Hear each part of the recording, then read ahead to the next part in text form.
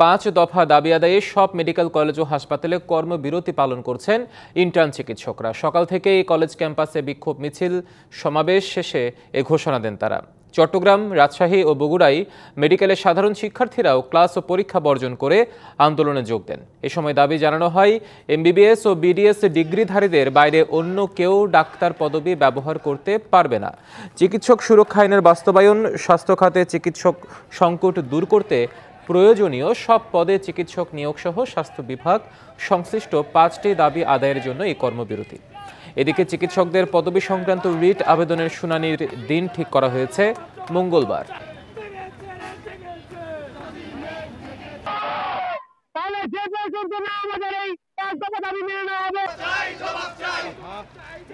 দর্শক, এ বিষয়ে বিস্তারিত জানাতে চট্টগ্রাম এবং রাজশাহী থেকে যুক্ত হচ্ছেন আমাদের সহকর্মীরা। শুরুতে চট্টগ্রাম থেকে যুক্ত হবেন সহকর্মী মাসুদুল হক। মাসুদ, এই যে ইন্টার্ন চিকিৎসকদের যে কর্মবিরতি, তার প্রভাব কতটা সেখানে চিকিৎসা সেবায় পড়েছে?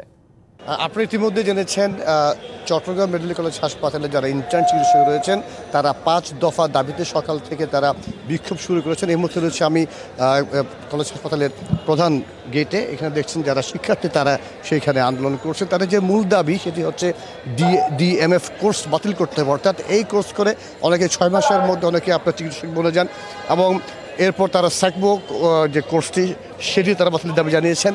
মূলত আজকে সকাল 10টার পর থেকে যারা ইন্টার্ন চিকিৎসক তারা যে কর্মবিরতি সেটি আরম্ভ করেন। এরপর পরে কিন্তু তাদের সাথে যারা সাধারণ শিক্ষার্থী তারা এই আন্দোলনে তারা যোগ দিয়েছেন। তবে তাদের এই যে আন্দোলন, এর ফলে কিন্তু মেডিকেল কলেজের যে সমস্ত ওয়ার্ড রয়েছে, যারা যেখানে আপনার রুগী রয়েছেন তাদের কিন্তু তেমন সমস্যা হচ্ছে না, অর্থাৎ চিকিৎসা সেবা ব্যাহত হচ্ছে না। সেখানে যারা অন্যান্য যারা ডিউটি ডক্টররা রয়েছেন তারা এবং নার্সরা মিলে তারা কিন্তু কাজ চালিয়ে যাচ্ছেন। আসলে এই মুহূর্তে যারা এখানে যারা আন্দোলনকারী, আমরা তাদের কাছে আসতে চাই, আপনাদের মূল দাবি কয়টি কী কিছু একটু বলতেন?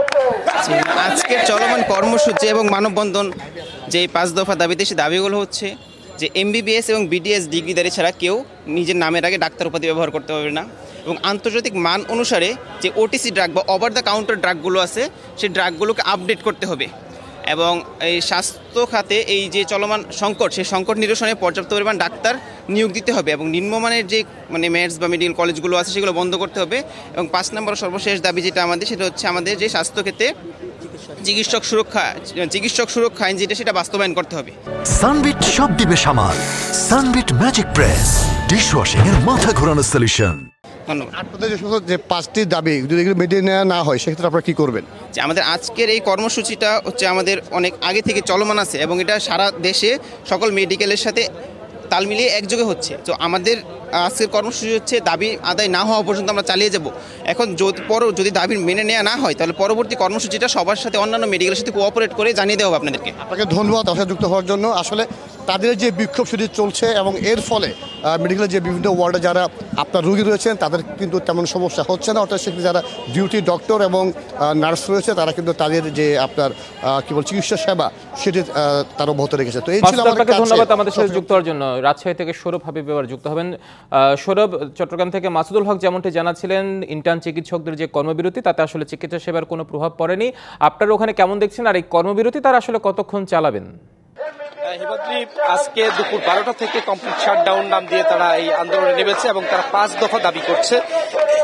এই 5 দফা দাবির মধ্যে বিএমডিসির বিরুদ্ধে করা রিট প্রত্যাহার করার পাশাপাশি বিএমডিসির রেজিস্ট্রেশন শুধু এমবিবিএস ও বিডিএস ডিগ্রিধারীদের দিতে হবে, বিডিএস থেকে ম্যাটস শিক্ষার্থীদের রেজিস্ট্রেশন অবিলম্বে বন্ধ করতে হবে, স্বাস্থ্য খাতের চিকিৎসকদের সংকট নিরসনে দ্রুত 10,000 ডাক্তার শূন্যপদে নিয়োগ দেওয়ার দাবি করেছে, এবং আলাদা স্বাস্থ্য কমিশন গঠন করার দাবি করেছে। এবং আমরা এখানে যারা আছেন তারা কিন্তু এই মুহূর্তে রাজশাহী বিভাগীয় স্বাস্থ্য পরিচালকের কার্যালয় ঘেরাও করেছেন। ঘেরাও করে তারা তাদের দাবি সপক্ষে স্লোগান দিচ্ছেন, এবং জানিয়ে রাখছি যে রাজশাহী মেডিকেল কলেজ হাসপাতাল আমরা বরাবরই দেখেছি, হাসপাতাল কিন্তু মূল চালিকা শক্তি কিন্তু এই ইন্টার্ন চিকিৎসকরা। তারা যখন কর্মবিরতিতে থাকে তখন কিন্তু হাসপাতালে কিছুটা প্রভাব পড়ে, যদিও যারা নিয়মিত ডাক্তার তারা কিন্তু চিকিৎসা কার্যক্রম চালিয়ে যাচ্ছে। আমরা তাদের সাথে কথা বলবো। আপনারা কি দাবিতে আন্দোলন করছেন একটু বলবেন? আসসালামু আলাইকুম, আমি doctor Fairuz, intern doctor, Rajshahi medical college.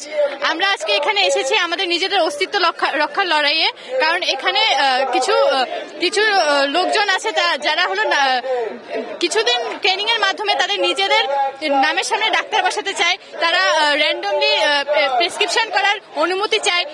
এই ধরনের কার্যক্রম যাতে অবিলম্বে বন্ধ করা হয় এবং বিএমডিসি কর্তৃক মানে এদের যাদের ট্রেনিং দেওয়া হয় এই ট্রেনিং গুলো অবিলম্বে বন্ধ করার জোর দাবিতে আমরা আজকে এখানে এসেছি। আপনাদের এই আন্দোলন কতক্ষণ চলবে?